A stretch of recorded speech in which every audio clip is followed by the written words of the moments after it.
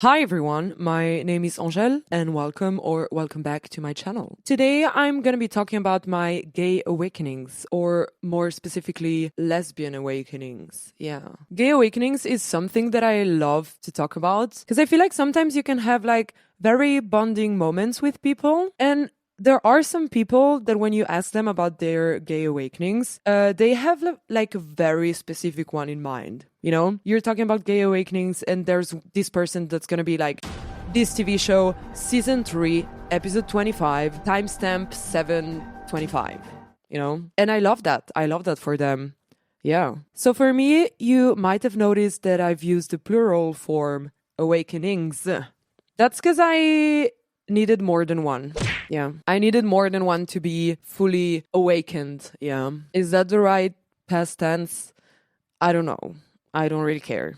Yeah. I feel like I have been confronted with feelings many times during like my teenage years, confusing feelings. Yeah. And I was always like, never mind. Probably everyone does that. Spoiler alert. Not everyone. Not everyone, yeah. I did those things and liked those things because I was a huge lesbian. Yeah. Yay! Anyways, I feel like many things I'm gonna mention from this list are kind of like textbook gay awakenings for lesbians and queer women and non-binary people that are around my age. But I hope that some might be like more niche or more unique. I don't know. Maybe not. We'll see. Also, I've tried to sort them chronologically. I think I kind of got it, but like not exactly. But yeah, so let's just start. The first one, I have to start with this. The first one is Mamma Mia, the movie. Yeah, two different things. The first one is kind of the obvious one, the beach scene. Yeah, where Sophie is like singing on the beach. Yeah. I was like, I really like that swimsuit. Really like watching it. Yeah. She's such a great singer, and that's why I love watching this scene many times. And I remember, I don't know how old I was, but I remember because I've watched Mamma Mia the movie like over 50 times in my whole life. Like even now I will still watch it like twice a year, maybe more. It's kind of like my comfort movie. But I remember, I don't know exactly when, but there was one time where I was probably like a teenager and I was not at all aware of my lesbian tendencies. But I remember I was watching that scene where she's singing Lay All Your Love on Me. I kind of felt jealous of the guy, and I had the thought of being like, I would be better than him. She would be happier with me. I didn't share that thought with anyone. I didn't ask myself why. Why are you gay? But I think it's very obvious now. Yeah. And then the second scene is when Tanya sings Does Your Mother Know? I definitely felt something in me at some point. And also when Tanya was singing Does Your Mother Know That You're Out? It felt like she was singing to me. Does your mother know that you're out as a lesbian? I wasn't out as a lesbian, not even to myself, but it's kind of how it felt. Yeah. Anyway, the next movie is also a movie that I've watched many times as a child and like early teenager, and it's Stick It. I think it's called Stick It. Like that gymnastics movie. I'm gonna say generally the whole movie. Yeah. But I think it's gonna be a bit basic. I think many people also have this awakening. The bathtub scene. Yeah. What can I say? So now I'm gonna be talking about like a third childhood movie. Well, actually two movies. It's the Scooby-Doo movies, and I'm only talking about the two live action movies. Here we also have multiple gay awakenings. I'm gonna start with the obvious one. I'm gonna give you 3 seconds to guess it. Let's say together, Velma in the orange suit. Yeah, Velma in that very tight orange suit. Linda Cardellini, the woman you are. Wow. First of all, I want to say Velma was always hot.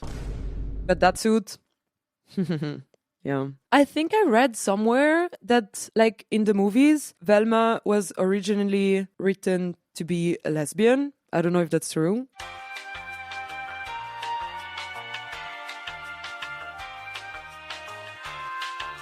And I think then they decided against it.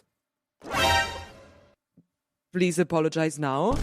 But yeah, they changed it and gave her that boring male love interest. But you know, I think the world then was not ready for lesbian Velma. And by the world, I mean me. If Velma at the end of that movie would have been a lesbian, I would have definitely felt very intense things, yeah. Also, the fact that Velma was played by famous on-screen girl kisser Linda Cardellini makes her at least a little bit gay, yeah. Okay.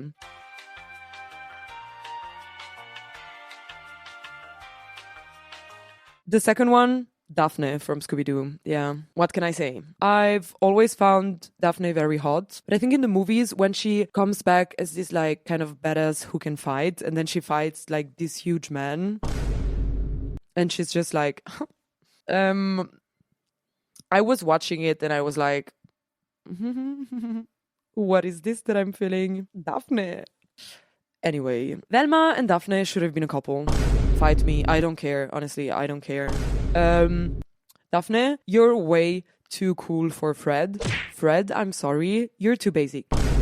You're too basic for Daphne. You're basic. And since I'm talking about the Scooby-Doo movies already, my third gay awakening from Scooby-Doo, Mary Jane. Slay! I think she was in the first Scooby-Doo movie. She has like very tight, sexy outfits. Haha. Haha. Yeah. Like, I'm gonna be honest, the Scooby-Doo movies, I didn't really look at the men. Yeah. I couldn't care less. So I have something else that's not directly related to like media, but I feel like there was a very telling pattern when I played with Barbies. And the pattern was Ken goes to work and the Barbie has her other Barbie friend over. And let's just say Ken was not needed anymore. Yeah. While Ken was working, Barbie was working out the details of her divorce. Yeah. I feel like that's also kind of a very common experience. Yeah. For lesbians, I guess. Maybe not. Let me know in the comments. Did your Barbies scissor? Sorry. Anyways, on to the next gay awakening. Total Drama Island. Gwen. I honestly don't know when I first watched that TV show. I literally have no memory of any other character. I just know that I really enjoyed looking at Gwen. Yeah. And also, I think she has like a boyfriend in the TV show. And I was very disappointed. I didn't really ask myself, why are you disappointed? But also now I know. And I also know that she's kind of like a very popular gay awakening. Now we're gonna take a little trip down music videos lane. Yeah. So the first music video is the music video of Addicted to You. I don't know if anyone also watched it and felt things. The music video is basically these two women. And I think they like rob a bank together and then in the end they kiss. And then one of them gets shot and dies. Yay. Lesbian never have happy endings in movies and TV shows, and music videos are no different. Yeah. But I remember that I had an app on my iPod where you could like download, I think, YouTube videos to watch them offline. And I mean, yes, I love the song, but I also remember watching that music video a lot. And I usually didn't really watch music videos. I remember whenever I was like on the bus alone, I would watch the music video on repeat. What could that mean? And listen, I wish I could say that I really enjoyed the music that played while they were kissing, and that's why I watched specifically that part on repeat. But I'm pretty sure at that point in the music video, there's not even music playing anymore. Yeah. I kind of remember asking myself, like, why do I keep watching this? Why do I enjoy this so much? But probably the fact that one gets shot in the end and the other is heartbroken didn't really motivate me to question this further. Yeah. And the other music video I'm gonna talk about is one that I've heard many times in like gay awakening stories, and it's the Can't Remember to Forget You music video. I loved that video. I was watching it on repeat. I didn't particularly like the song. I feel like that should have helped me realize something, but yeah. I didn't even really ask myself why I really like that video. Honestly, I love that a music video that is clearly made for like the male gaze is included in so many lesbians gay awakening stories. Yeah. I guess that's a win. So back to TV shows and movies. Pretty Little Liars. I hope I don't offend anyone by saying that pretty much every character in the TV show is at least a little bit annoying, maybe extremely annoying, or maybe just a huge pervert or sex offender. Yeah. I would never watch that TV show again. And also, I'm not sure I even finished watching it, but yeah. So Emily in Pretty Little Liars is, I think, the first time I watched a TV show or movie with like a queer woman. So that was very new to me. And while I found everyone annoying, I was very invested in Emily's story and love interests. At some point, I think I even started like only watching the parts where Emily was in and skipped the other ones. Yes. I guess thank you, Pretty Little Liars, for that. For the rest, jail. Yeah.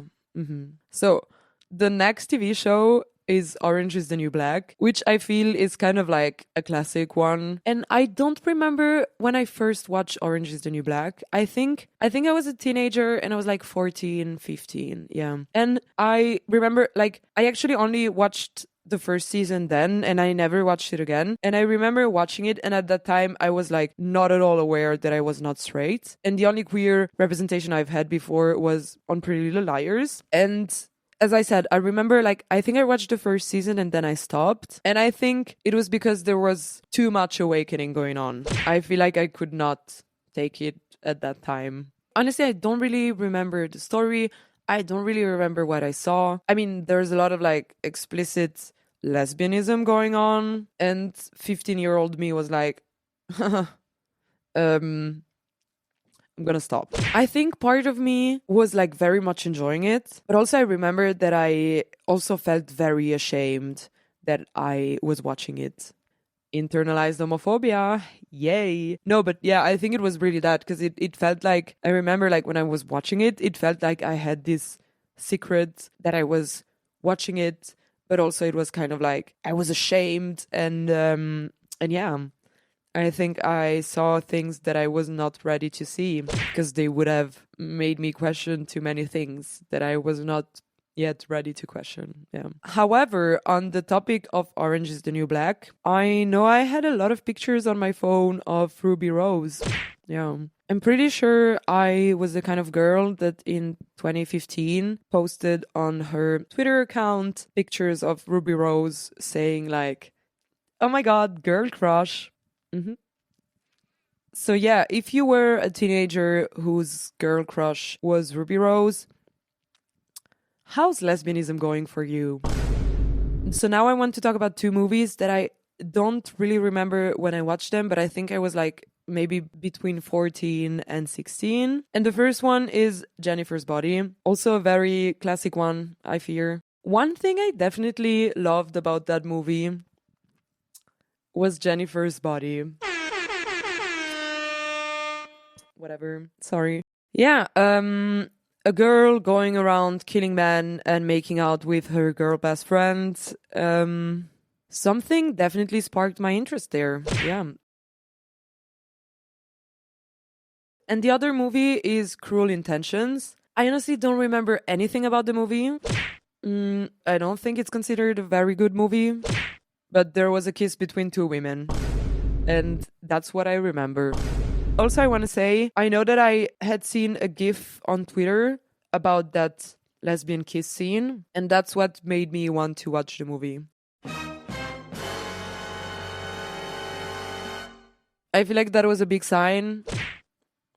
It was still not big enough, apparently, because I was still very much closeted, but yeah. I think by then, probably, I think something in me was like, how bigger do these signs need to be? I don't know. So I also have two things that are like not movies or TV shows. And the first one is the Victoria's Secret fashion shows. Listen, part of me maybe wanted to be like them, but it was also definitely not just that. Listen, straight women who used to watch the Victoria's Secret fashion show, did you also save every single picture you could find of every single model on your phone and then watch them in private? If you say yes, then either it was not like a sign for my lesbianism, or honestly, you know what? Maybe you need to take a look in the mirror and ask yourself why you did that. Yeah, sorry. Anyways, and this other one is very specific, and I had completely, like, I would have never thought about it, but I was reading a BuzzFeed article about like gay awakenings, and it said Kate Upton Sports Illustrated photo shoot.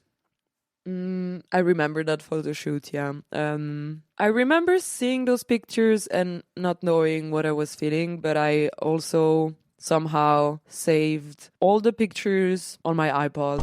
Yeah. Honestly, I would be very interested. Like, if any straight woman is actually watching this video, first of all, why are you watching this video? No, sorry. But secondly, let me know, like, do straight women also saved pictures of like hot women on their phone? Probably not. I don't know why I like, whatever, yeah. So, and to finish this video, I have two movies that I watched a bit when I was a bit older, like I want to say maybe 17, 18. So I kind of already knew then, but like not fully, like a little bit. And I feel like it was like the last push to at least realize that I was into women for sure. And then I needed a bit more to realize that I was not into men, but that's not the topic of this video. Those movies are: 1, Burlesque.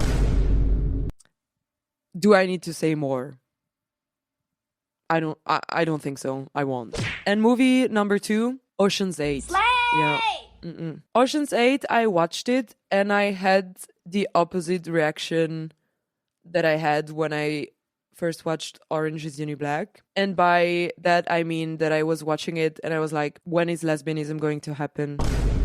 When are they all gonna start kissing? Sadly, didn't happen. But I feel like Kate Blanchett in a suit and Rihanna in that dress. That was the last sign I needed. Yeah. So I think the list could have been like way longer. But I'm gonna stop here. Yeah, let me know in the comments who your gay awakenings were. Let me know whatever you want. But yeah, thank you so much for watching this video. If you enjoyed this video, like and subscribe. Thank you and see you next time. Bye.